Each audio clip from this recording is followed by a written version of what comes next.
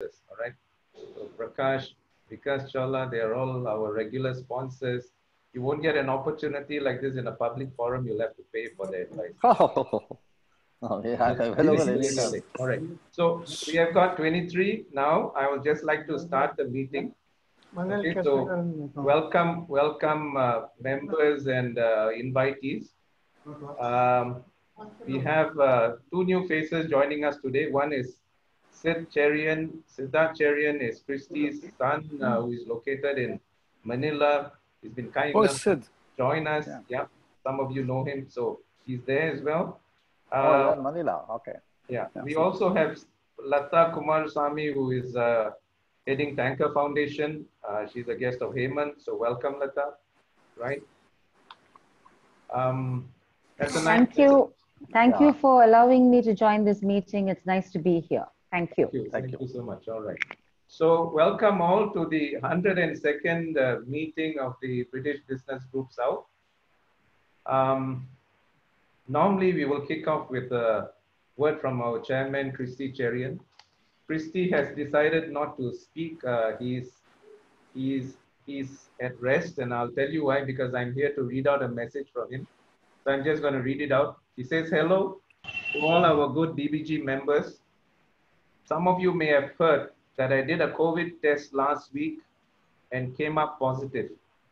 Oh. As I had no symptoms, it may be regarded as a case of being asymptomatic. As a result, I could not travel to London, and I'm now in home quarantine till the 26th of September. Oh. For the information of all, I am well and hope that the next test will clear me. Wishing all our members a good meeting. Take care and God bless. Good health to all. So may we wish Christy a speedy recovery. I speak to him at least twice a day. He's holding on. He's doing well. He's getting mandatory rest and sleep. And I'm sure he'll come out of this. He's come out of worse situations, I'm told.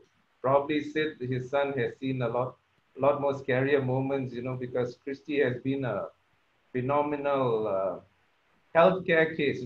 He's battled many things. So this is yet another one he'll earn. So he's going to be one of those who will be able to speak about going through COVID authoritatively, maybe in the next meeting. Thank you. Yeah, good. Now for the meeting update. We don't have anybody from BDHC. Paul Dryden is away on home vacation. He was looking forward to going back to the UK, so he's there. We don't have anybody else from BDHC, so we'll just move on to the guest speaker. The guest speaker this evening, some of you have already met him. Vaibhav Gupta is I'll call him a veteran, seasoned banker. In case you're wondering, he's not one of your Dilliwalas who is stationed here in the South. He is head of business banking for HSBC for the whole of the South India. He's been here a lot longer. He covers. Hello everyone, can I see you all? Hello. Mr. Beliapa. So he covers the entire South. He handles all sectors from rural to as urban as you can get. In fact, one of his favorite sectors, he was telling me privately once, is agriculture. So without much ado, I'm going to say hello, Vaibhav. Welcome to our forum. We will start off this session. Thank you everyone. Thank you so much. Yeah. By me asking him questions for which he will give his responses. Just a disclaimer, because he's a senior executive with HSBC, his responses as his inputs are purely personal, all right? So we shall not hold it against him as if it is coming from his employer. I think this is important going forward. Thank you. Thank you so much. All right, Vaibhav. So let's start with this. During this challenging pandemic period, business segments or industry clusters, which do you see as progressive with opportunities to grow and sustain? Because you're dealing with a lot of diverse segments. And can you give us some examples of these growth segments?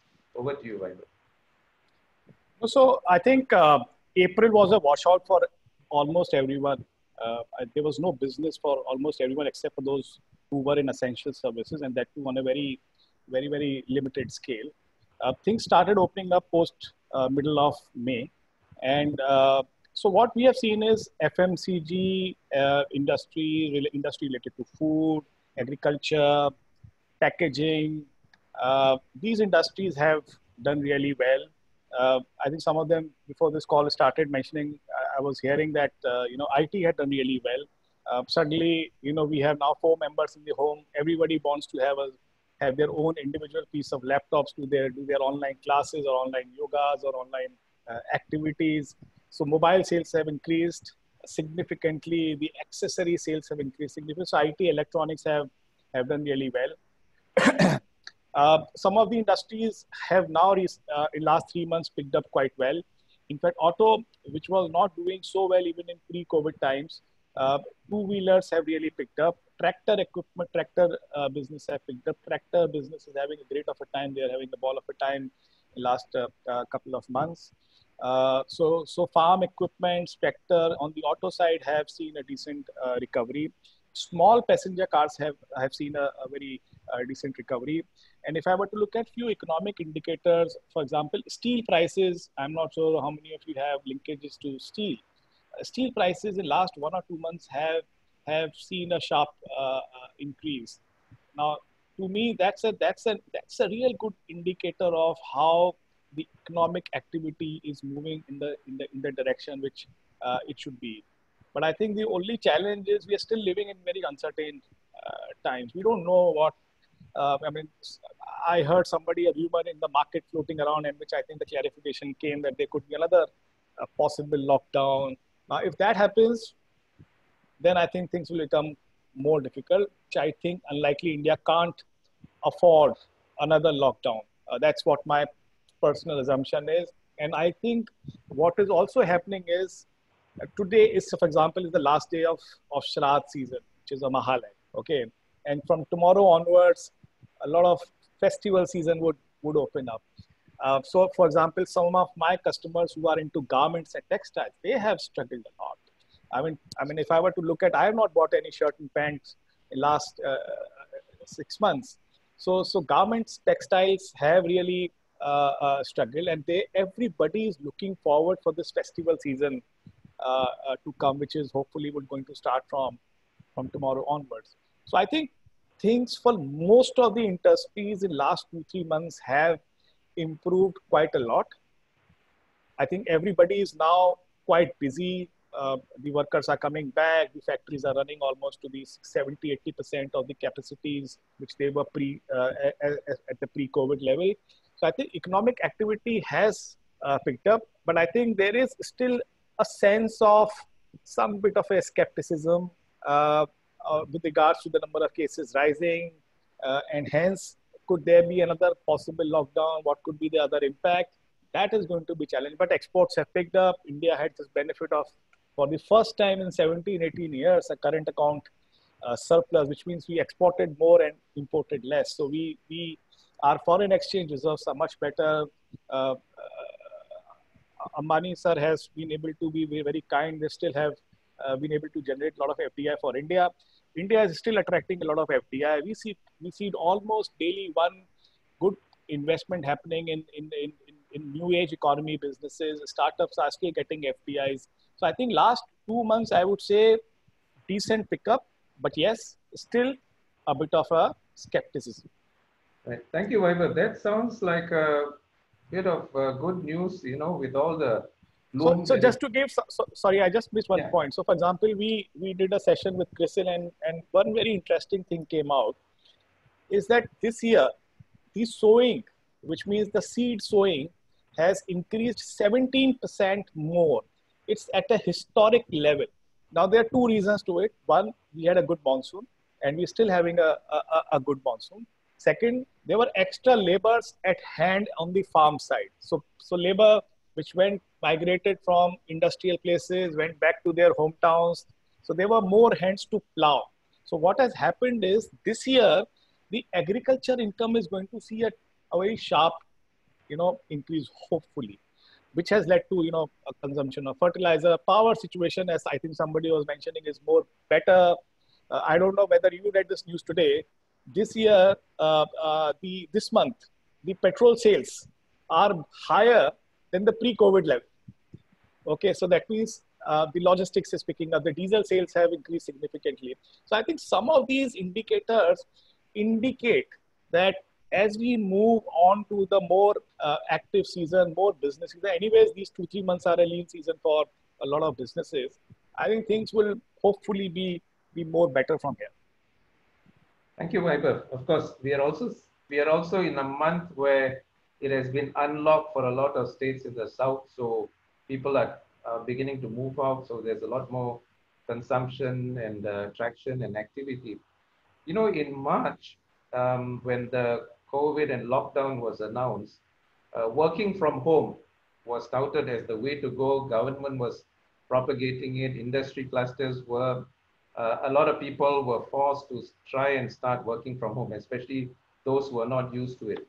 But we know that in India, there are a lot of sectors where working from home is not an option. Agriculture is one of them. Manufacturing is another one. Infrastructure, real estate. Prakash Chala spoke about it earlier.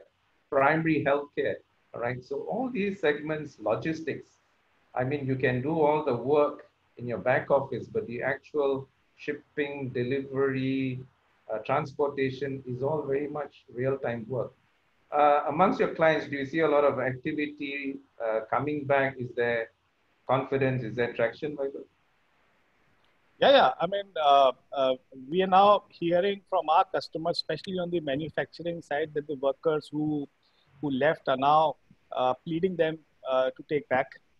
In fact, some of them have hired, have sponsored the plane tickets of their key workers to bring back home.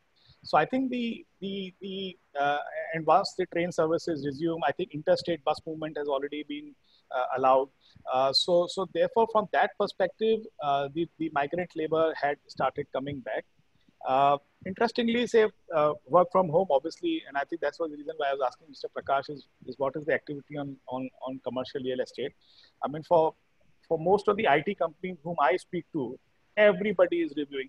In fact, almost everybody is reviewing their commercial space requirement.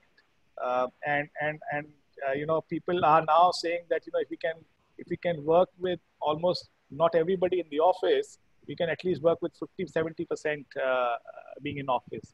So I think a lot of challenges would be coming for the commercial real estate people, especially because a lot of people are. I mean, for example, we as a bank are reviewing our own commercial space requirement. I mean, we deal in documents, we have to be in office, but we have realized that it's possible to work from home. So I think it has thrown very interesting components for everyone to look at their costs from a real estate perspective. It has also given manufacturers to look at their labor in a much more humane manner. I see a lot of factory people, they have given provisions for their workers to stay in their own premises, sponsor their food and all. So people have found their own ways and means to survive. But yes, there is no alternative to having a physical work. So therefore, some industries will see challenge. I think IT is going to see a challenge on the real estate front. Retail is also going to open up now because of the festive season, you think? So retail, see, I think apart from education and entertainment, everything else is open. Right. So, and I think somebody was talking about malls. I heard in one of the malls in Chennai, very interesting way of charging the rent that, they had this sales number of last year's sales, and they're going to see this month's sale. And therefore, if your sale is say 40% of what your sale was in the similar period last year, they're going to charge you only that rent, 40% of the rent. So people are finding ways and means to entice their own tenants and help them with the cost. So hopefully our famous Jugaad would kick in. All right. Come to the next question. The latest GDP figures took a nosedive. So for many economists, everybody is taking a pot shot at what is not happening in India. Some of the economists in the country are forecasting a V-shaped recovery. So there's a lot of gray mishmash going on. In your own opinion, do you expect a V-shaped recovery to be a reality, Or is this still a pipe dream for the rest of the year, or even into Q1 of next year? Well, I'm not a very too much expert in English, so I can't say whether it is going to be we or you or what it is. But definitely, there's going to be improvement. All I can say. I mean, the way things are opening up, you go out in Chennai, people are there on the street, people are there in the showroom, people are there in the restaurants. I have a neighbor who owns a restaurant, and he said that it becomes difficult at 9 o'clock to throw people out of the restaurant because people don't want to leave the restaurant. Okay, and similarly, when you speak to the retailers, things are bouncing back. So, and when I speak to manufacturers, there is a lot of economic activity. Whether it is we or you, we really don't know. But I think giving too much importance to GDP number, everybody knew GDP. I mean, if one quarter, half of your economy was almost virtually shut down, we can't expect the GDP to have, GDP is just a number. Okay, I think we give too much on this GDP thing. GDP was bound to go for that quarter. See, and now if tomorrow the GDP improved, doesn't mean that the economy has improved. It is back in shape. It's just that economic activity has picked up. So I think, as I said, a lot of still some skepticism is there, and I think as and when time takes its own pace, I think then we will have a better position. Today, if you were to ask me whether V-shaped recovery, I think it's not maybe after 2 months or 3 months we can have a better position to answer. Thank you, Vaibhav. I think that was a very practical way of looking at things. Now, if we take the cue from you, from this month going into October, November, and December, if the confidence level to spend starts coming back, probably many of the things that you are suggesting will show on record, right? So this is what we look forward to. But there is another concern in parallel. COVID cases don't seem to be coming down, all right? If you just take Chennai's pattern, there is this magical band between 1100 to 900 something. It's almost like it is a pre-programmed, So the reality is, yeah, a lot of people are being tested and tested positive. I'm told that many of them are asymptomatic. So do you see this as a fear factor to prevent people from getting back to normal? You're not a medical expert, but still, from a consumer perspective, do you see this as being a when I go out in my car roaming around the street, I don't get that feeling. I think I heard a joke in Hindi about a couple of weeks back that India has gone into dekhi jayegi mode. I mean, let it see how it comes. Okay. I think, I think what good has happened is that the death rate still, I mean, the percentage of death rates have come down, which I think is very important factor. And therefore, I think if we know in our own social circles, at least 25-30% of people who have gone through. Beliappa here. I was just wondering what news of Christy. I don't see him. I hope he's keeping well. Hi, Christy, wherever you are. Mr. Beliappa, Christy is not well. He is resting. He is asymptomatic. He is resting at home. This was announced, I think, probably you were not listening at that time. So he's fine. Vijay read out a message from him. Till 26th, he's home quarantine. I knew Christy was not well, so I was just a little concerned. Till I hope he's improving. He's fine, I believe. And look forward to seeing him soon. Yeah. Yes, sir. Thank you. Yeah. Sorry.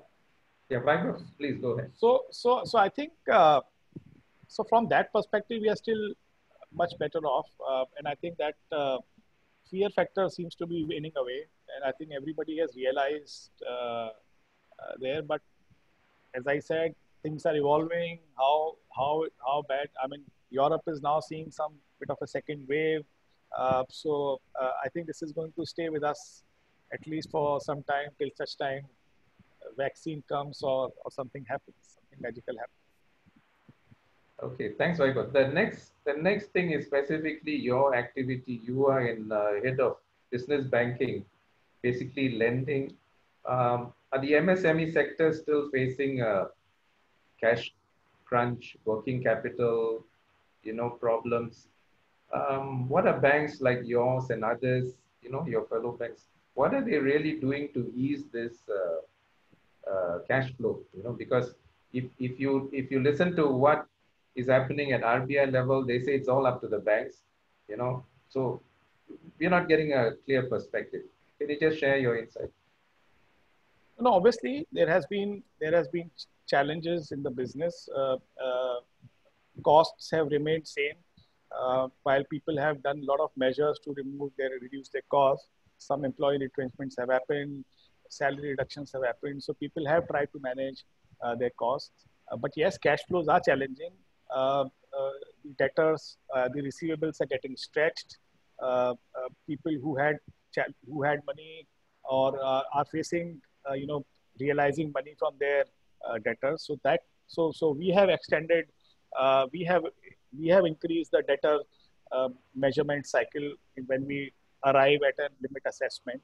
We understand that businesses have faced challenge, so we have extended tenors of the say LCs or any loan given against that debtor. RBI, Ministry of Finance have come out for MSMEs a moratorium which is now ending on 30th September. That was the interest moratorium. There is another scheme which is going for MSMEs, which in fact they bettered it. Previously, it was for companies up to 100 crore turnover, which is the credit guarantee scheme. This is for the first time which has come in India. And now it's extended to companies or businesses up to 250 crore turnover. They have increased the definition of MSME, which therefore becomes more incentivized for the banks to lend. It's now 250 crore for domestic turnover. So if your export turnover is there, they will minus that to arrive at you being termed as a MSME. You can go to a site called Udyam, download a MSME certificate and go to the bank and you can claim an MSME benefit. So credit guarantee scheme is doing well. The government had kept aside 3 lakh crores, almost about 60-70% of that is dispersed. How it works is that whatever was your fund-based outstanding as on 29th February, you can take 20% of it, no questions asked, no security, additional collateral asked. Banks are not going to, there is a very simple assessment which bank has to do, and you will be given a loan for 4 years at a slightly reduced rate of interest. Also, what is happening is, as I was mentioning, banks are flushed with liquidity.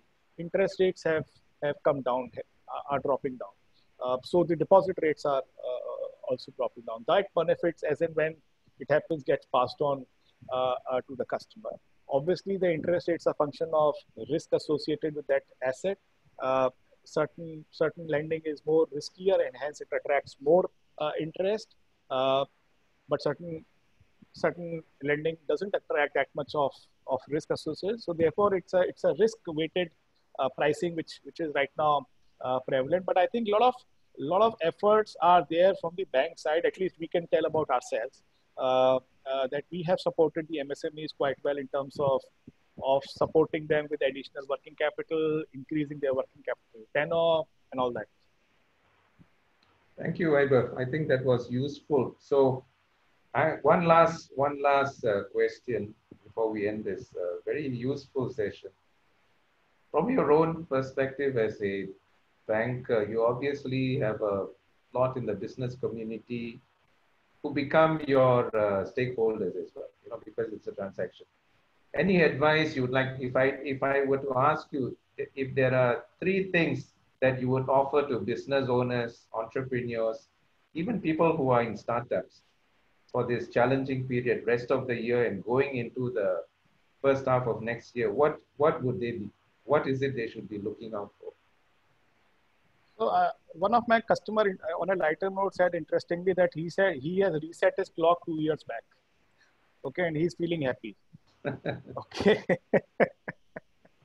That he used to sulk when he used to compare his numbers with last year, and business has gone down. And also he said that one thing I've done is I resetted my clock 2 years back, and I'm feeling internally more happy. So I'm not sure that's a good advice to give to businessmen. But I think one thing what we have seen a lot of our customers doing is focus on cost, focus on liquidity. And I think one very important measure of a business is how liquid they are. And therefore, I think it has shown people that too much of a leverage becomes a big challenge in these times. So I think financial prudence is what is now holding a lot of customers in a good stead. I think we are seeing more better governance norms now kicking in.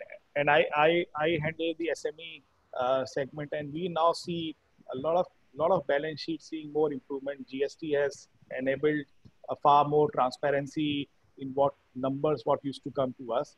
I think so. Therefore, from that perspective, innovate. And I give you a classic example. I have a customer in Kanchipuram who's one of the largest retail outlet of saris. They're one of the worst impacted, as I mentioned, the garments and the textiles were, because and especially now because wedding festival season is coming, where interstate movement was restricted. That guy is selling 25 lakhs of saris every day through WhatsApp video call. Can you imagine this? Amazing. Okay. Fantastic. That's fascinating for me. Okay. That somebody who is as traditional as selling a silk sari and where you need to have touch and feel is able to do a huge amount of sell on using technology as basic as a WhatsApp video. Okay.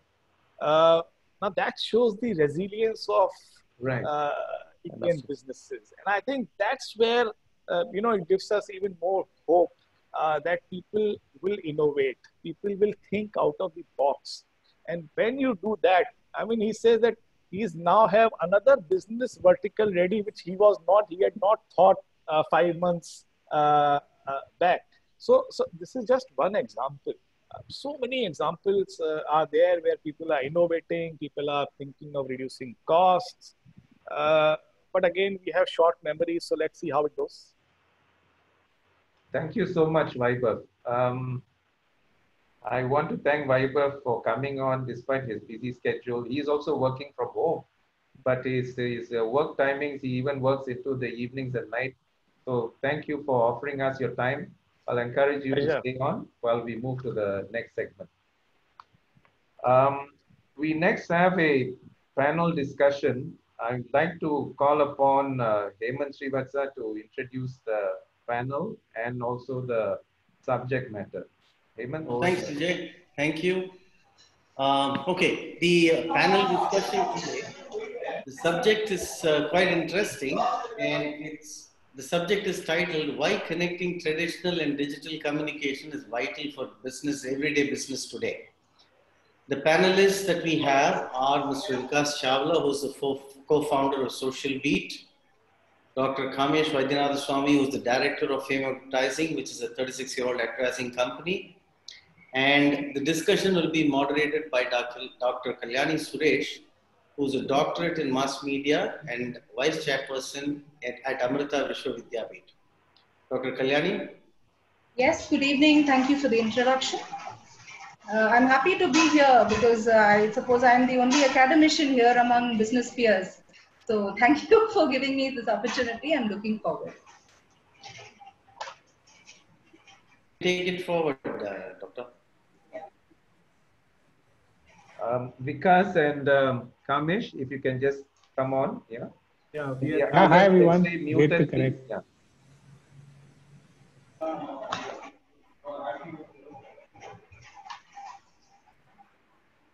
Hi everyone, great to connect and look forward to the discussion.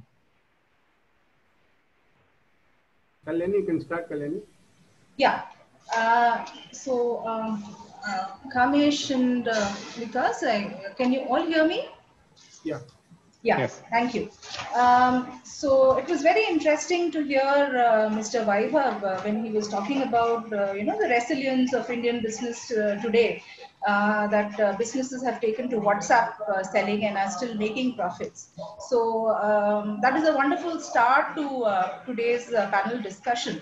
So we all know that we are in a digital era, and but like it or not, there is some kind of a disconnect between the traditional and the digital media in terms of the kind of messages that they are putting out. So instead of a unified message that marketers would like to put out, there are individual messages that these two forms of media are putting out. The digital media is at the center stage today, no doubt, especially during COVID times. I mean, I handle classes online, so the era of going to college and handling classes is all, I think, in the distant future.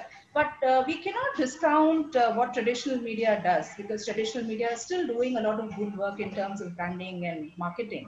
So the trend today, I think, is to focus on the value of an integrated campaign.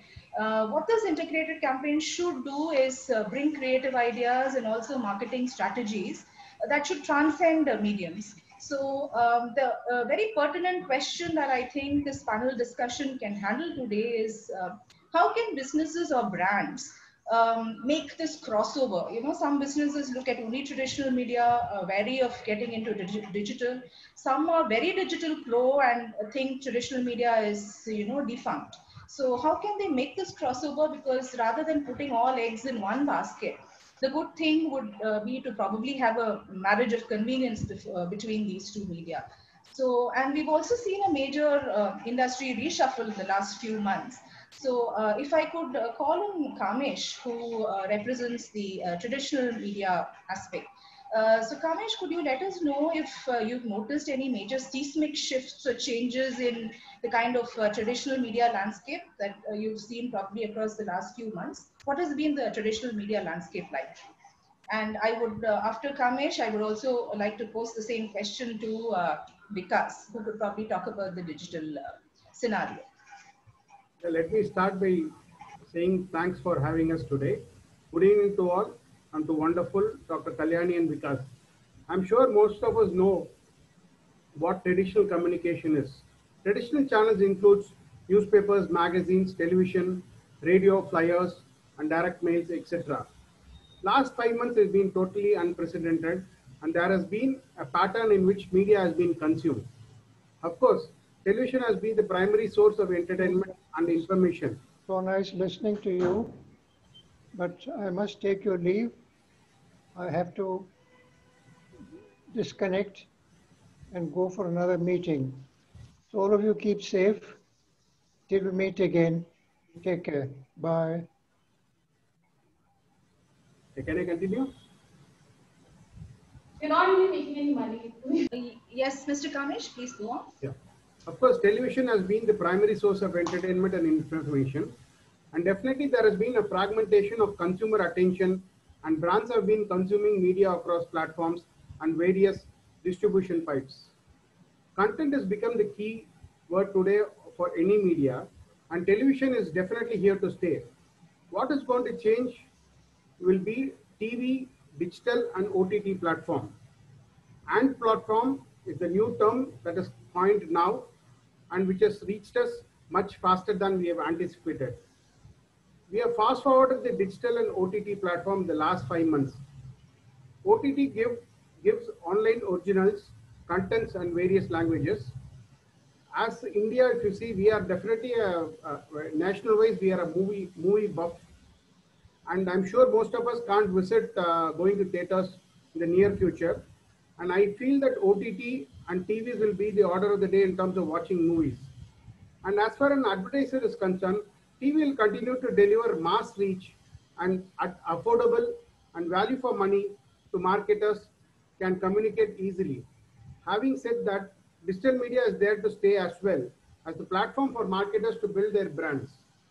So I'm sure Vikas can add something to in terms of the digital media side.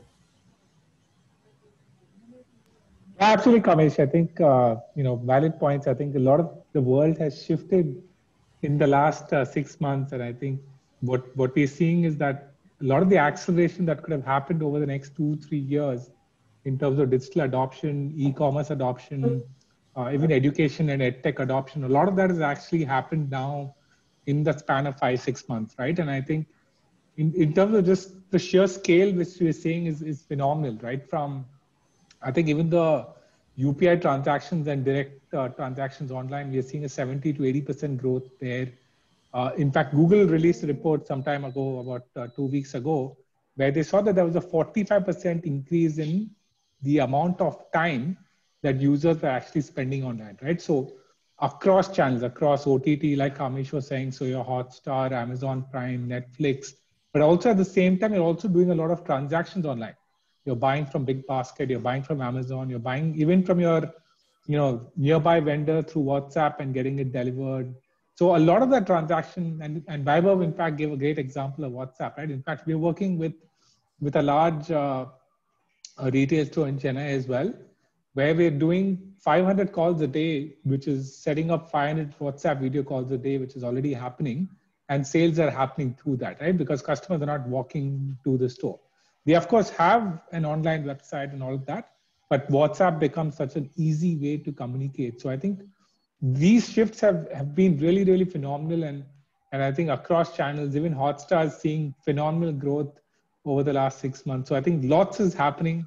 And I think we'll probably discuss more as we proceed further. Yes. Now that we've seen that both individual traditional as well as digital media are playing on their strengths and not losing out in the competitive landscape. My next question would be, now that we've established that both traditional and digital media are here to stay, how can brands, sustain themselves when there is a huge market reshuffle? Can you share? Probably Kamesh can do that, and then Vikas can take over.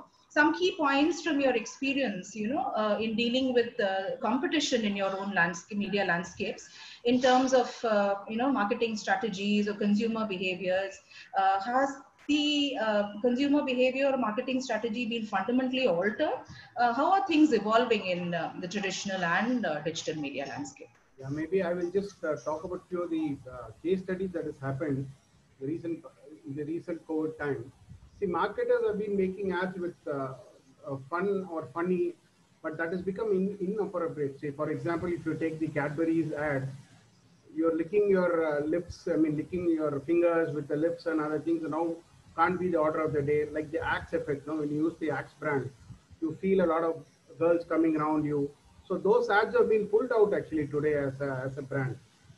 And brands have started to do more of public announcement with humor replacing the funny element with the confounding messages.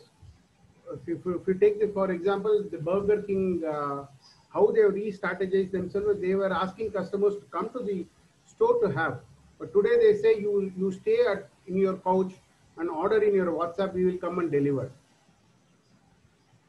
And for example, if you take the Las Vegas, you know what kind of people and crowd Las Vegas. They've reinvented themselves saying pandemic time is the best time to get married.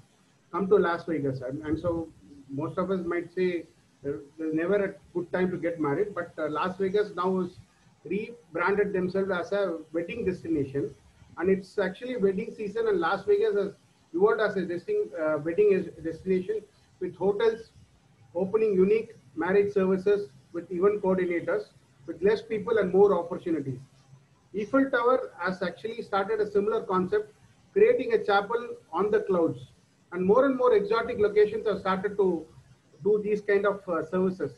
As far as India is concerned, if you take the Parle brand has gained a great market share of around 5%, and it's highly competitive biscuit segment with Parle-G biscuits. The growth was phenomenal due to results of Parle-G alone as a brand. And this is one of the highest in terms of a record 40-year sales. And Parle-G was donated to government agencies, and they donated about close to 3 crores of packs with an MRP of say close to 5 rupees, actually the MRP. The total volume is about 15 crores.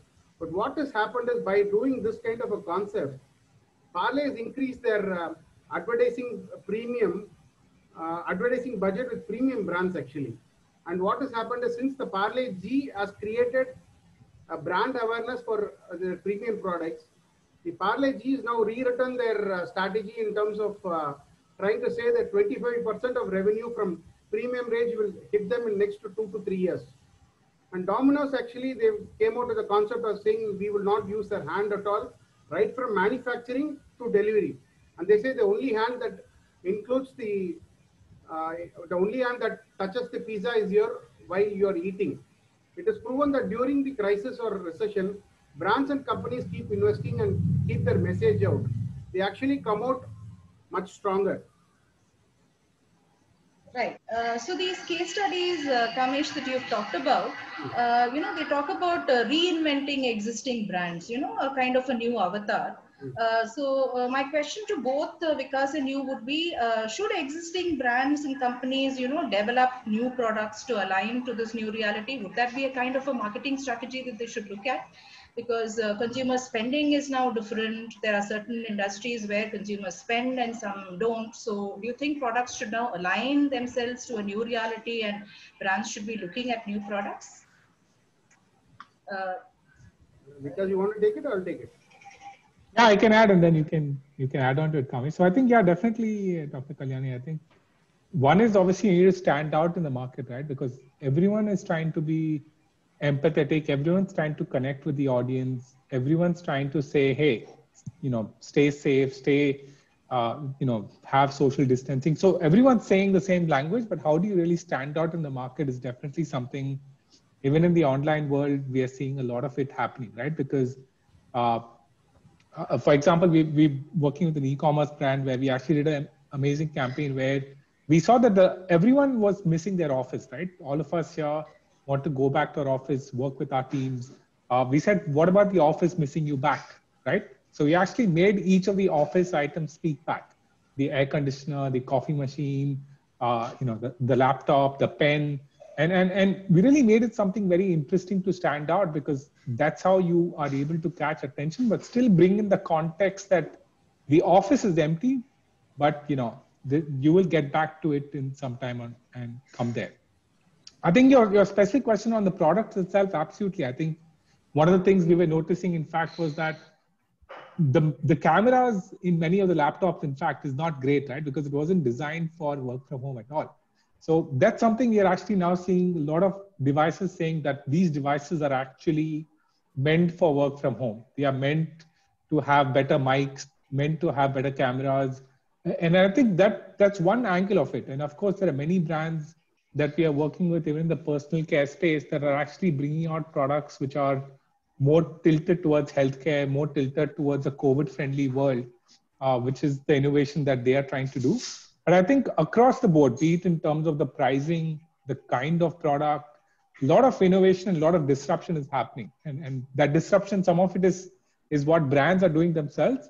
But in some cases, the market itself is being so disrupted that they need to really adapt and come up with new ideas. Because selling a sari online is very different than selling a sari in a physical space. So even the way the lighting is done in the stores, how do they show that product? The entire retailing experience itself is going through a massive change. I would just like to add one point there.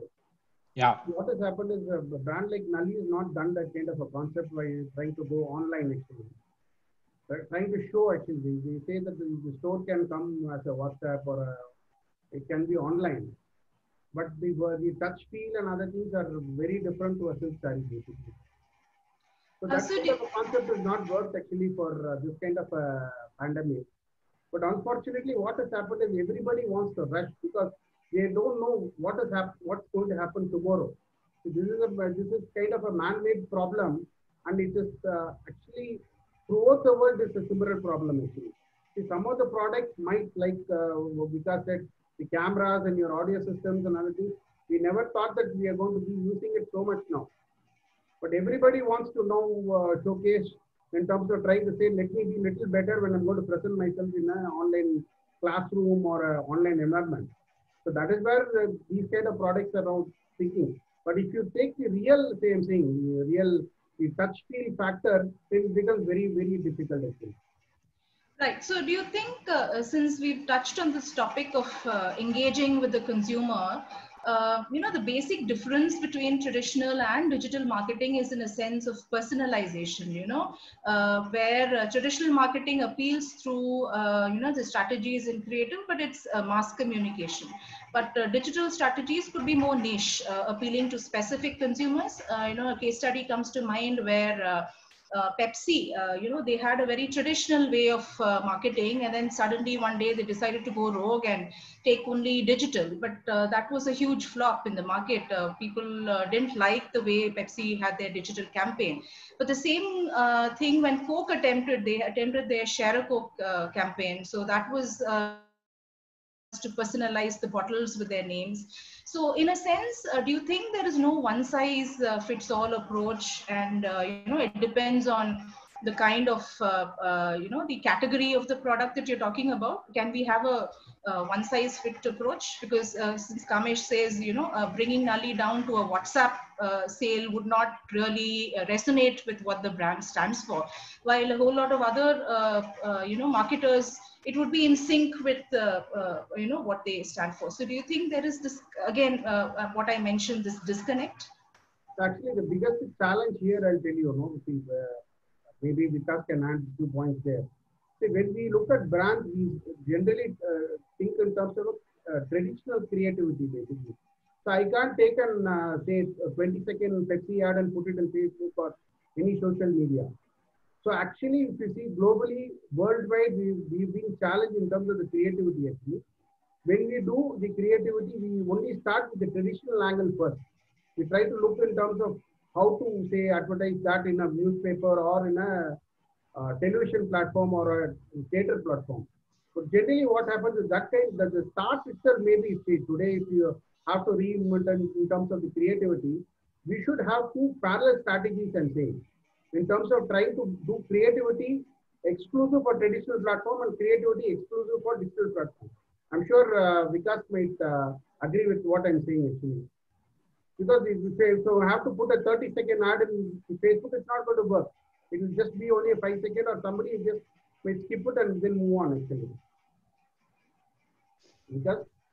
Yeah, definitely. I think, both require a different approach. And I think, the more we think about it, both are required to really build that awareness, right? You do need television, you do need other mediums, in fact, we're running a large campaign starting today for one of our BFSI clients in the mutual fund space. And what we're also realizing, because we're actually tracking live traffic data from where is the traffic coming from, right? Is the traffic coming from the QR code that somebody has scanned in the newspaper? Is the traffic coming from Facebook? Is the traffic coming from that dealers and distributors that actually sell this mutual fund? We're actually seeing that all the channels are coming together to make this happen, right? You need a mix of all of this to make this work, because that's why the consumer is. The consumer is reading the newspaper, the consumer is watching television, the consumer is online. So they are also spending their entire day across multiple channels, and that's how it comes together to make it happen. But I think your point on personalization is very important, right? Because you can actually personalize communication on digital to the right consumer. So for example, if someone interested in buying, let's say a product for their child, we can actually target that specific parent for that specific product, right? And that personalization allows us to do a lot of creative things, which may or may not be possible necessarily in a print or television, right? There you would have a different kind of an ad, like Kamesh was saying, whereas on digital, your communication might be much more shorter, crisper, but different and personalized to that audience. So I think it's not either or, you need a mix of everything, but the approach would definitely vary across each medium that you go after. But unfortunately, the bigger brands don't look at that way. Because what happens, correct, yeah. Yeah. So what happens is they start with the television and then go for the print and then move on to the digital. And like you said, it has to be a package, definitely. Maybe he might have seen, the last thing is you would have seen, if he wants to buy a car, he might have seen it in Facebook. And from there, then he might even give an inquiry and then go for a test drive and then purchase. But the process has to be, it has to be a flowchart kind of a thing. So start on the tradition and maybe end with the digital marketing. Right. Yeah, definitely. Right. It's interesting because you talked about real-time data and understanding the consumer. Now, one major difference that we also notice between traditional marketing and digital marketing is while traditional marketing looks at information silos, individual units across time. Digital marketing actually looks at real-time data, big data. So, do you think, in a sense, digital media has that competitive edge? I would like to ask Kamesh also, how difficult or easy is it to work with information silos versus real-time data? I mean, you can predict consumer behavior every second through big data, but probably you need to do a research on consumer behavior over a long time to understand consumers. So, which is a better bet? Is it a constant looking at what consumers are doing, which sometimes becomes an invasion of privacy kind of thing now that we're looking at how big data invades into our privacy. So do you think there can be, we can marry both in terms of a little bit of this and that? See, basically what happens is the brands that have been already been very traditional and things, the brands which are about 30 years, 40 years, immediately they find it very difficult to shift to an online platform. In terms of even the e-commerce, in terms of the size, in terms of the sale aspect also. So that is one challenge for them as the brand itself I'm saying. The second thing is the approach that they're going to take in terms of trying to say, okay, everybody is going for e-commerce, let me not go. But that kind of an approach always becomes very difficult for certain traditional brands. So that is where the biggest challenge will be for those brands. Whereas the new set of brands that are going to come up, maybe within if you see some of the brands that have come in the last 5 years, they would have had the strategy that we should also go e-commerce when we go to start the brand itself. That will be always beneficial for them, and they also have an edge. The brands that have already gone very traditional, they find it very difficult to switch over actually. And this during this COVID, because it requires a lot of thinking in terms of how am I going to sell and how are my customers going to come, because they've been walking into my store. So how am I going to bring them into my store without walking into my store? So how am I going to sell something? So that kind of challenges are there in these kind of a traditional brands. But the new brands, I think that will be much easier actually for them to sell basically. Right. Vikas, your thoughts on this? Yeah, I think the data silo is there even in digital actually. So it's not just traditional or digital, right? So in fact, what we see is that only an evolved brand actually is able to connect all those dots and get a single view of the consumer, right? Because understanding the consumer that's coming in from different touch points at different points of time is not easy. And while there are some tools to help you with it, their entire marketing automation and marketing attribution tools are actually quite complex. It's not something that every company or every brand actually has. So there are only certain brands of certain scale that actually use that data points. But there are some that, even Google and Facebook and others really let you use. For example, I can really target someone who's already visited my website or app before. If they come on Google search and search for something today, I can tell Google, I want this customer because this customer has already come before. So I'm willing to, pay a little bit more to reach this customer. So that kind of data points and really understanding what is the consumer doing. For example, there's a lot of data that we have also on what are consumers doing on our own website and our own app, right? So what are they, which page are they going to, which page have they spent more time on? In the page itself, is there a specific area that they're really interested in? What is that area? Is it about the warranty? Is it about, whether I can exchange the product or not? So a lot of those data points that are there for the consumer, it really helps us understand that consumer better. But it's not very easy to decipher all that because, like you rightly said, it's big data. It's a lot of complexity. And we really help some of these brands do that, but it's hard because for a large website, you could have as many as 10, 15, 20 million data points, and you need to synthesize all that to make sense. And that's really where the challenge actually lies, even if you look at just digital. And of course, when you try to marry it with traditional data, because you have data from television, data from print, each of these buckets sit separately, and then we need to bring it together to understand what's really happening. So it is a complex problem that brands still continue to sort of work towards. Right.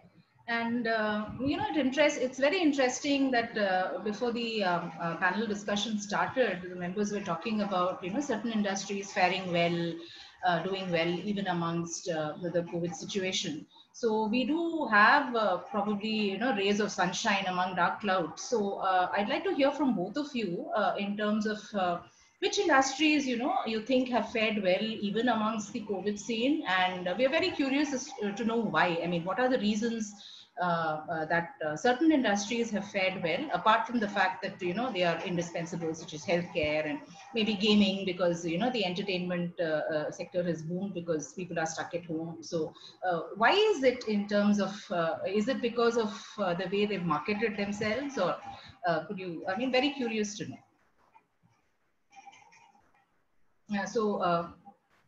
Kamesh?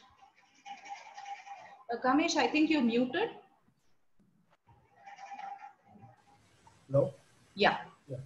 See, basically, the mindset of the people now after the 5 months responding to the pandemic have actually changed. So if I'm going to sit at home for about say 8-9 hours, obviously I have nothing else to do but to just flip my phone and go into some kind of an OTT platform, and things that are that is very much required. So if I'm going to sit at home, I don't need a formal pattern, a shirt or something like that. I just have to wear a shorts and a t-shirt. I can just sit at home.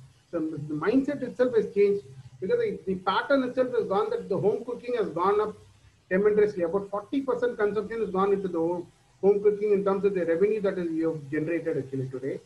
And the people have started to invest on e-commerce, on your virtual learning and other things. And those businesses have gone up by about 120% biggest ever.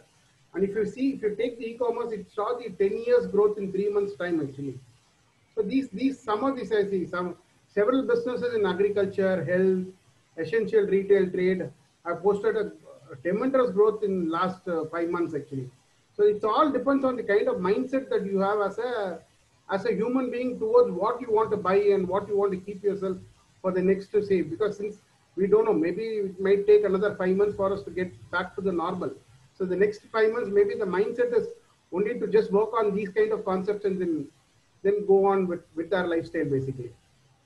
Yeah. So Vikas, probably could you share some examples, some that you worked on or that you can recall, where such campaigns have the top of the mind recall, where they've done wonderful, they've had great strategies that consumers have responded well to even during COVID. Yeah, absolutely. I can show stuff, and I think even Kamesh had some of the campaigns he wanted to show, so we'll probably show that. I think, like you've seen, definitely the entire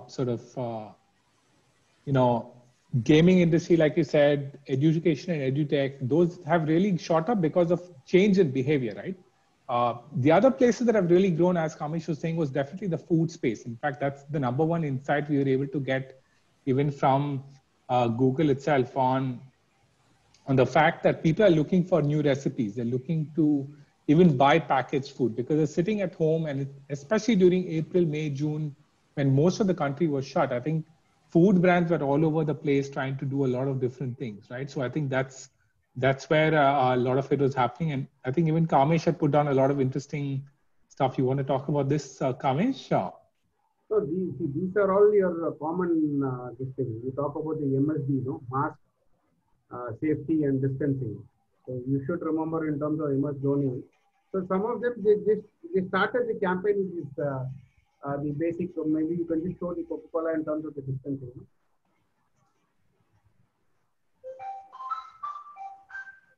See, what has happened creatively, they have not thought something beyond all these 3 points actually. If you can show the video that I shared the video, you see, there are about 60, 70 international brands. What they've done is everything is similar actually. If you just go through this, you will understand it. There's nothing creative other than being very, very normal.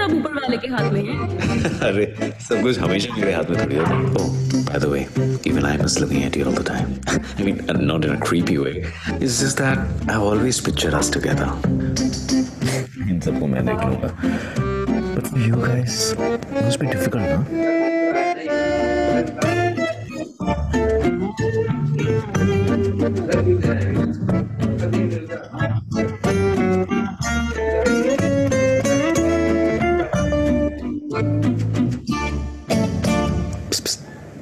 इस बार वो stapler भी चुरा लेना, मैं आंखें बंद कर लूंगा। Right. Done at the height of the lockdown, where everyone was missing the office. We said, what about the office missing you back, right? And that was one reason. Second was all in the entire video you saw, the entire footage was actually bought online. It wasn't that we shot anything. We didn't go out there and shoot anything because everything was locked down, right? There was no way we could get a production crew to actually go out there and do anything. No cameras, nothing. Right. So we actually bought everything online. We put together a nice script, got somebody to do a voiceover from their house. And that's how we made this, all working from home, right? And I think that's also made all of us in the creative field figure out, okay, how do you also make such creative campaigns sitting distantly, because creative people have always come together in a single room, brainstormed together, ideated together, and brought that to life.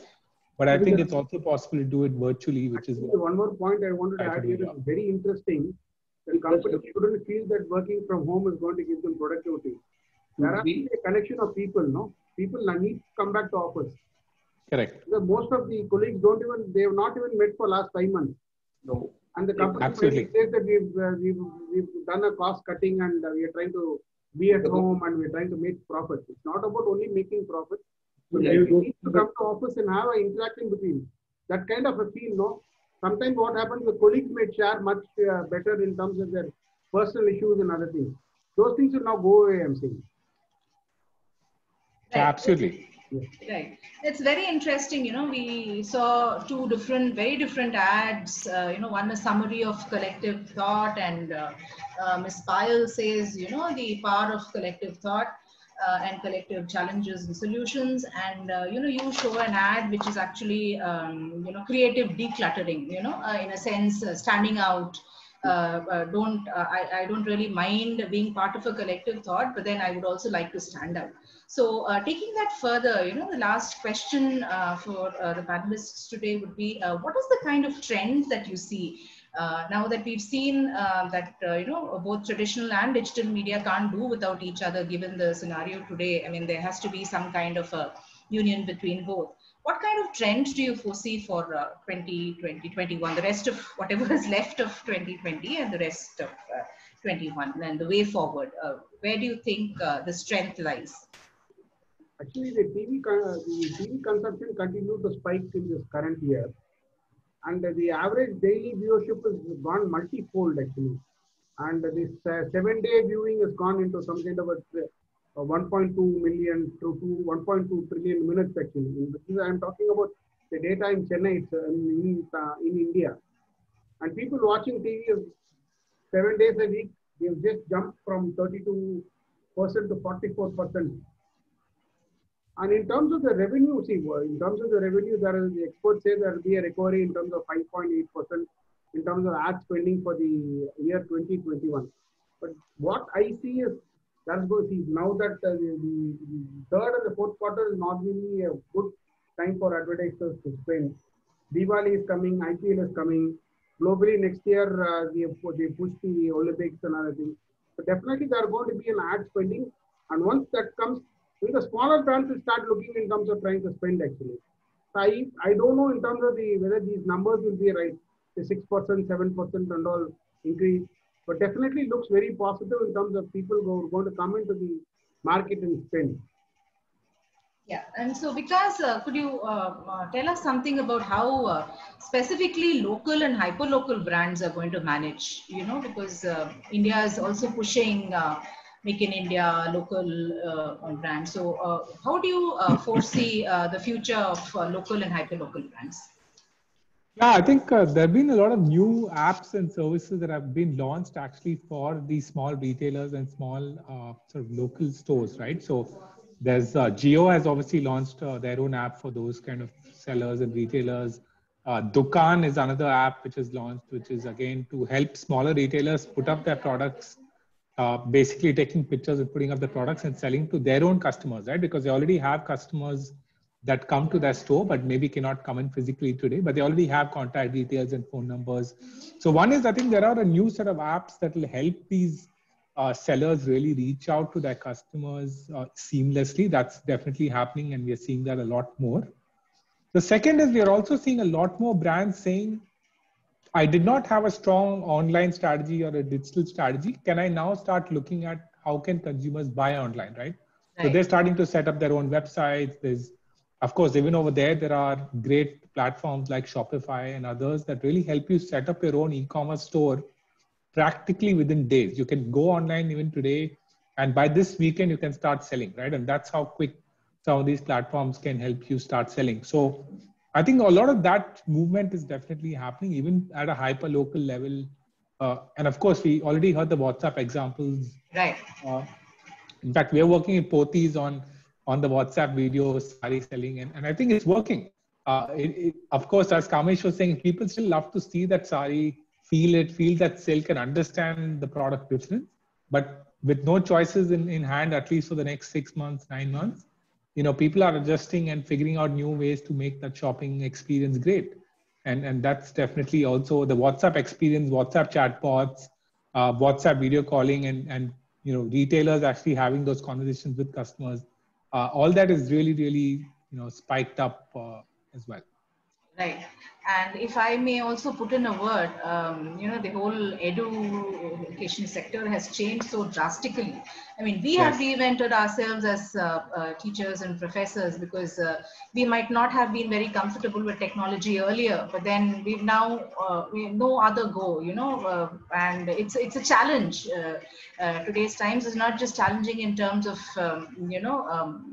the infection of COVID. It's also challenging how to carry on with your lives because without major disruption. So I think a blending of the positives of both traditional and digital media is very imperative today. And I think our audience today might have good takeaways from this panel discussion. So we have a question here from Mr. Hemant. He asks, do you think WhatsApp video selling would continue going forward once we have all the vaccines and shops open up full-fledged? Very interesting. So, Vikas, I think this is for you. I think once it becomes a habit, Hemant, I think anything that becomes a habit is going to stay with us, right? And I think that's why even education, doing online education is definitely going to shift a lot. Even the online, so the organized retail, and what's the percentage of online versus offline? In India, that online percentage is still roughly about 15%. So still about 85% of retail sales in India is still offline. But as all of this starts happening, that percentage is going to start increasing even more with people getting more comfortable with it. And that trend is going to stay and continue growing as well. And that's going to become part of our normal. Yeah, and I think Payal, like me, is a WhatsApp consumer. She says it needs to be combined with smart return policies, and I fully agree. I think this is very, very important. But actually, I have a point here. When you go to the store, if the store manager wants you to come to the store, if you want to go there and buy 1 or 2 products, you might end up buying 5 or 6 because the touch feel and your eyesight and other things might attract, and then you might purchase more. Instead of these kind of these online platforms might depend in terms of the product that is going to happen. But if it is going to be a full-fledged store, I always feel when you walk into a store, the purchase will be much bigger than an online store. Because if it is an online store and like an Amazon, you go specifically search for that product and just buy that product and you come out. But if you go to a store, maybe you might have an opportunity as the owner of the store that you may try and sell them more. So that kind of maybe like Hemant said, maybe I would like to prefer that to have a more kind of a traditional thing actually. Yeah, and I think if I want to just add one perspective, and I think what we are seeing is, I think the existence of now both models will be there, which is online as well as offline. Now, I think what Kamesh makes a point is that I go to store, instead of buying 2, I might end up buying 5. Now, if I were to look at the same difference from a perspective, that today, if Vikas is talking about Pothys, people don't need from far off places to come to buy from Pothys. People who are in smaller towns or in tier 3, tier 4 towns who have money but they don't have choices. And I think that opportunity throws a significant opportunity for a lot of retailers who are bound by the physical presence, and that gives them a much better reach. That's what my perspective is. No, absolutely, Vaibhav. And I think Hemant has a follow-up question on what's going to happen to the retail stores offline. I think retail is not going anywhere. It is here to stay. It will definitely have challenges over the next 6 months, 9 months till the vaccine, reaches everyone. Definitely, less people are going to walk into the store. But I think retail is going to be here and it's going to continue growing. And as everyone said, it's going to be a hybrid model going forward that's going to be there. Right. Imagine somebody shopping for somebody's wedding in the family. I mean, I wouldn't shop on WhatsApp or online. I would rather like to go to a physical store. But when it comes to convenience, probably, like Payal says, sari shoppers, impulsive sari shoppers, I wouldn't want to go to a retail store. I would rather do that. So I think it's also the occasion and, the perspective that the consumer has, I think. And Payal also says... I have a question on the real estate sales. The problem is that the customers would like to get the feel of the place. So how far does the online sales help, or what sort of online marketing? Because our experience has been always like what Kamesh has been telling, that it's a print media versus social media. So social media is not really working for us in terms of in real-term numbers. It's very nice that, yes, we do get a presence, that you are getting that feeling across that there is a project which is coming up here and all that. But to a large extent, the print media is also working very well, because you convey it on that particular day rather than on a continuous basis. We have been having these virtual exhibitions and all that. Honestly speaking, it's really not working. What is your take on that? Vikas and Kamesh. Yeah, absolutely, Mr. Chala. I think, this is the debate we keep having with all our real estate clients. And I think for many of them, we've been able to track the result now, because they also put in virtual numbers on the print. So we know how many phone calls we got from print, how many phone calls we got from other channels. And actually what we've seen is that print does help, and in no ways to say that print doesn't work. Print actually works very well for real estate. And it also helps build a lot of trust factor. Yes. But at the same time, we've seen digital work more efficiently to target the right audience, because depending on the price point of the project, depending on the location, depending on what kind of project it is, whether it's 900 square feet or whether it's 2000 square feet, you will target different people to get the right audience. And we've actually seen that the cost per sale is actually more efficient on digital than print. In fact, and because this is a closed group, I can say this, we track these numbers very, very closely for one of the larger players in Chennai called Casa Grande. And almost 40% of all sales that Casa Grande gets in a year, 40% comes from digital. Oh.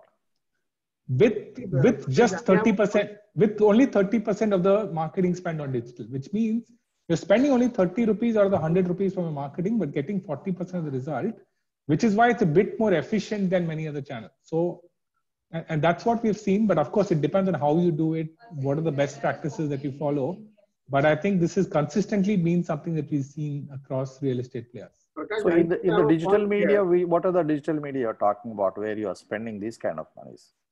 What is so the platform? Typically a mix of Google and Facebook, and in some cases even financial portals like Money Control and others, where you're looking at an investor audience that's going to come and buy. Prakash, I just have a point here. See, what I would like to say is the digital media will help you in terms of trying to get your customers into your project. But the moment you take them to the project and make them show, sometimes a smaller flat, they might even convert you might show a 2-bedroom flat, but you might like the layout of a 3-bedroom, and you might go for a sales of a 3-bedroom where you will have a better revenue.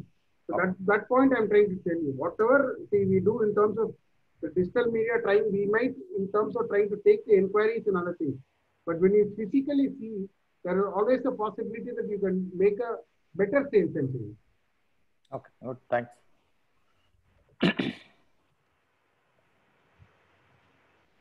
Sorry, Kalyani. Yeah, I think this is the flip side of personalization. We were talking about more personalization in the digital, but I think certain,